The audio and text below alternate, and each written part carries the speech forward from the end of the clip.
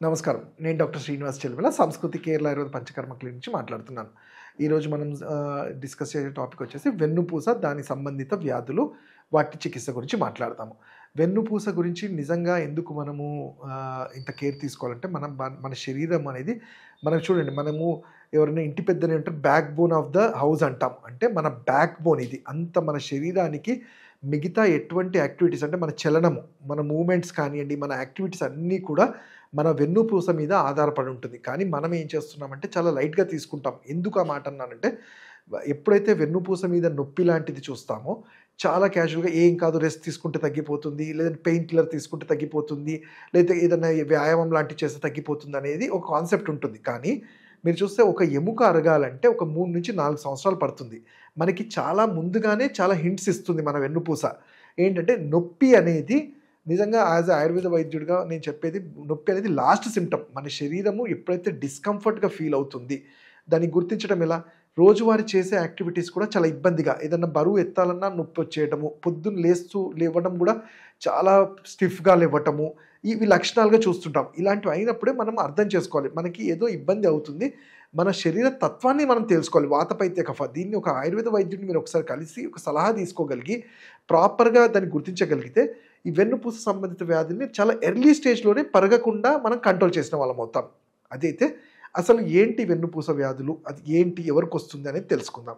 మీరు చూసుకుంటే ఇది మనకి మన బ్రెయిన్ నుంచి చూసుకుంటే బ్యాక్ బోన్ అంటాం. సర్వైకల్ ఉంటుంది, థొరాసిక్ ఉంటుంది, లూంబార్ ఉంటుంది, సాక్రమ్ ఉంటుంది, కోసిక్స్, ఇలా 33 జాయింట్స్, 33 బోన్స్ ఒకదాంతో ఒకటి జాయింట్ అయి ఉంటుంది. మిగతా జాయింట్స్, మిగతా బోన్స్ లాగా ఇవి పెద్ద బోన్స్ కావు. చాలా చిన్న చిన్నవి ఒకదాని మీద ఒకటి పేర్చబడి ఉంటాయి. వీటి కనెక్షన్ ఎలా ఉంటుందంటే క్రేనియల్ నర్వ్స్, అలానే స్పైనల్ నర్వ్స్. అంటే నరాలు అనేవి ఒకదానితో ఒకటి పేర్చబడిన ఈ వర్టిబ్రా, దీన్నే వర్టిబ్రా అంటాం. 33 వర్టిబ్రా అనేది దాంట్లో లోపల నుంచి వెళ్తూ ఉంటాయి. అలానే మీరు చూసుకుంటే ఈ వెన్నుపూస అనేది సర్వైకల్. మెయిన్‌గా మనకి చూసేది ఎక్కడ వెన్నుపూస అంటే, వెన్నుపూసలో నొప్పి వచ్చేది సర్వైకల్ అంటే మెడ దగ్గర, అలానే నడుము దగ్గర. ఈ మెడ దగ్గర ఉండే ఈ ఏవైతే సర్వైకల్ స్పైన్ ఉంటుందో 7 ఉంటాయి. C1 నుంచి C7 వరకు. వీటిలో నేను చెప్పినట్టు ఈ నరాల మీద ఒత్తిడి పెరగటం. ఎందుకు పెరుగుతుంది ఒత్తిడి అంటే, ఎవరైతే ఎక్కువ డెస్క్ జాబ్, ఎక్కువ సిస్టమ్ ముందు ఎక్కువ కూర్చుంటారు, ల్యాప్‌టాప్ ముందు మౌస్ పట్టుకొని, లేదంటే టీవీ కానీ, ఇవాళ రేపు మొబైల్ కూడా అదే పనిగా ఒకటే పొజిషన్‌లో ఉండటము, ఈ బంపీ రోడ్స్ అంటాం. అంటే జర్క్స్ లాంటివి వెళ్ళటం వల్ల కూడా దీని మీద ప్రెషర్ పడుతుంది. అలానే వెన్నుపూస మీద కూడా ఈ జర్క్స్, మనం టూ వీలర్స్‌లో వెళ్ళినప్పుడు జర్క్స్ వల్ల, వెహికల్ మీద వెళ్ళినప్పుడు వాటి ముందే ఈ కుషన్ లాంటిది దెబ్బతినడం జరుగుతుంది. కాకపోతే ఇది ఒక రోజుకు జరగకపోవచ్చు.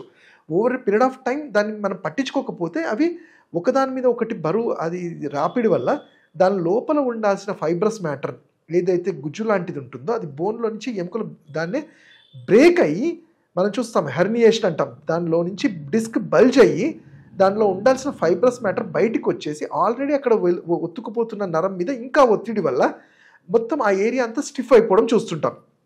ఆ ఏరియాలో ఏంటి, ఈ నర్వ్స్ వెళ్తాయి కాబట్టి ఆ నర్వ్ చేసే పని కూడా, ఆ రక్త ప్రసరణ ఆగిపోవటం వల్ల మనం చూస్తే నెక్‌ను కూడా కదిలించకపోవటము, స్టిఫ్‌నెస్ చూస్తాం. అసలు ఎన్ని రకాలుగా ఉంటుంది అంటే, ఇది సర్వైకల్ స్పాండిలైటిస్ అంటాము మెడలో వస్తే, అలానే లూంబార్‌లో వస్తే, నడుములో వస్తే లూంబార్ స్పాండిలైటిస్ అంటాం. మేజర్‌గా లూంబార్ స్పాండిలైటిస్ నడుము దగ్గరకు వచ్చినప్పుడు ఏంటంటే, ఇక్కడ బ్రాడ్‌గా కొన్ని జాయింట్స్ ఉంటాయి కాబట్టి రెస్ట్, అలానే ట్రీట్మెంట్స్, అలానే కొంచెం వ్యాయామము, ఔషధాలు ఇస్తే తొందరగా రికవరీ అవుతారు.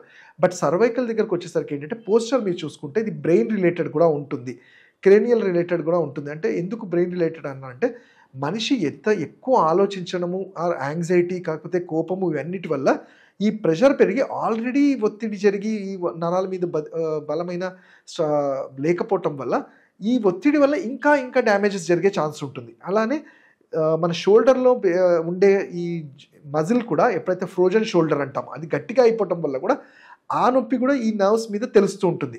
సో అందుకనే సర్వైకల్‌కి, లూంబార్‌కి మనం చూసుకుంటే ఈ మేజర్ డిఫరెన్స్ ఉంటుంది. ప్లేసింగ్ అంటే దాని పోస్చర్ వల్ల డిఫరెంట్‌గా ఎఫెక్ట్ పడే ఛాన్స్ ఉంటుంది. బట్ ఎటువంటి ఎముకలు అరిగినా, ఎటువంటి లూంబార్ స్పాండిలైటిస్ కానీ, సర్వైకల్ స్పాండిలైటిస్‌కి కానీ, అదే కాకుండా కొన్ని సందర్భాల్లో నేను చెప్పినట్టు ఇవి మన లైఫ్ స్టైల్ వల్ల కాకుండా, ఫుడ్స్ వల్లనే కాకుండా, జెనెటిక్ ఫ్యాక్టర్స్ వల్ల, మెటబాలిక్ ఫ్యాక్టర్స్ వల్ల కూడా ఉంటుంది. అదే యాంకలైజింగ్ స్పాండిలైటిస్ అంటాము. దాన్ని బ్యాంబూ స్టిక్ ఆర్థరైటిస్ అంటాం. మీరు చూసుకుంటే వాళ్ళలో ఒక వెదురు బొంగులాగా మొత్తం స్పైన్ అంతా అయిపోతుంది. ఎందుకంటే అది బ్లడ్లోనే HLA-B27 అనేది పాజిటివ్గా ఉండటం వల్ల ప్రతి వెన్నుపూసలో ఉండే ప్రతి నర్వ్ని జాయింట్ని అది తినేయటం, అది జాయింట్ని డీజనరేట్ చేస్తుంది, డ్యామేజ్ చేస్తుంది.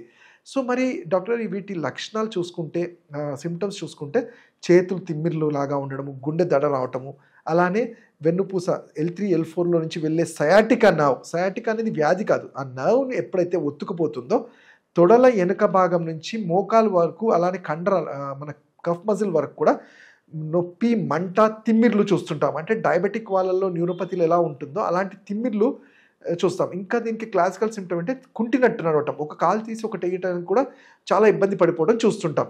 వీటికి అయితే మనం ఒక ట్రీట్ చేయాల్సింది అంటే సిమ్టమ్స్ని కాదు, ఒట్టి ఏదో పెయిన్ ఉందా రిలీఫ్ చేయడం కాదు, ఈ అరిగిన వాటిని మరి ఎలా చేయాలి. నేను ఇంతకుముందు చెప్పినట్టు డిస్క్ బల్జ్ అయ్యి అది బ్రేక్ అయ్యి నరాల మీద ఒత్తిడి జరిగినప్పుడు ఏం చేయాలంటే ఫస్ట్ ఆయుర్వేదంలో దీన్నే వాతశమనం అంటాం. వీటికి సపరేట్గా కొన్ని తైలాల్స్ని మనం చేసి గ్రీవవస్తి అంటాం. అంటే సర్వైకల్లో పిండి లాంటిది పెట్టి ఆయిల్స్ దారలాగా వేయటము, లూంబార్లో కటివస్తి అంటాం, అక్కడ కూడా ఆయిల్స్ని దారలాగా వేయటము, కొన్ని మందుల్ని పొట్లీ చేసి చేయటం వల్ల ఫస్ట్ థింగ్ ఆ గట్టిపడిన మజిల్స్ రిలాక్స్ అయ్యి దానిలో ఉండే నర్వ్స్ రిలాక్స్ అయినప్పుడే అప్పుడు బోన్ ప్రెషర్ తగ్గుతుంది. అంతేగాని మనం స్టార్టింగే బోన్ గురించి కాల్షియాలు, పెయిన్ కిల్లర్స్ ఇస్తే ఎటువంటి ఉపయోగం ఉండదు. అప్పటికప్పుడు తగ్గొచ్చు కానీ లాంగ్ రన్లో ఇంకా డ్యామేజెస్ జరుగుతాయి. బట్ ఆయుర్వేద కాన్సెప్టే మూల కారణాన్ని తగ్గించగలిగితే, ఎప్పుడైతే మజిల్కి స్ట్రెంగ్త్ ఇచ్చి నర్వ్స్ని రిలీవ్ చేయగలుగుతామో బోన్ ప్రెషర్ కూడా తగ్గి అది స్లోగా కంట్రోల్కి వస్తుంది. అయితే ఇంకోటి సర్వైకల్లో ఉన్నప్పుడు నస్యకర్మ అనేది కూడా అడ్వైస్ చేస్తుంటాం. నస్యకర్మ అంటే మన ముక్కు ద్వారానే మన ఆక్సిజనేషన్ ఉంటుంది. కొన్ని ఔషధాలు ఇవ్వటం వల్ల బ్రెయిన్లో జరిగే ఈ కంప్రెషన్ అంతా రిలాక్స్ అయ్యి సర్వైకల్ స్పైన్ మీద కావాల్సినంత ఆక్సిజనేషన్ జరిగి అక్కడ పోషకం అనేది మళ్ళీ నరిష్మెంట్ అయ్యేందుకు హెల్ప్ అవుతాయి. అలానే టైంకి ఫుడ్ తీసుకోవడము, రెస్ట్గా ఉండటము, ఎందుకంటే తప్పదు కొన్ని యాక్టివిటీస్ లైక్ బరువు ఎత్తడాలు, లాగటాలు కానివ్వండి, టూ మచ్ ఆఫ్ ట్రావెలింగ్ చేయటము, ఎక్కువసేపు నిలబడటము, మెట్లు ఎక్కడాలు దిగడాలు, బరువులు ఎత్తడం, ఇలాంటివి కొన్ని రోజుల వరకు అవాయిడ్ చేస్తూ బరువుని కంట్రోల్లో పెట్టుకుంటూ వాతాహార చికిత్సలు నేను చెప్పినట్టు చేసుకుంటూ ఉంటే వెన్నుపూస సంబంధిత యాంక్లోజింగ్ కానివ్వండి, సర్వైకల్ స్పాండిలైటిస్, లూంబార్ స్పాండిలైటిస్, సయాటికా, వీటన్నిటికీ కూడా సయాటికా లాంటి వాటిలలో త్రూ యానస్ ద్వారా బస్తిక్రియ అంటాం. వీటి వల్ల ఆ నర్వ్ని అన్నిటి కూడా రిలీజ్ చేయడం అవుతుంది. వీటన్నిటికీ చక్కటి పరిష్కారం ఆయుర్వేదంలో చెప్పబడుతుంది. ఇంకా వీటి గురించి మీరు తెలుసుకోవాలంటే నన్ను పర్సనల్ క్లినిక్స్లో కానీ ఆన్లైన్ కన్సల్టేషన్ కానీ చేయొచ్చు. నా నంబర్ 7658909501.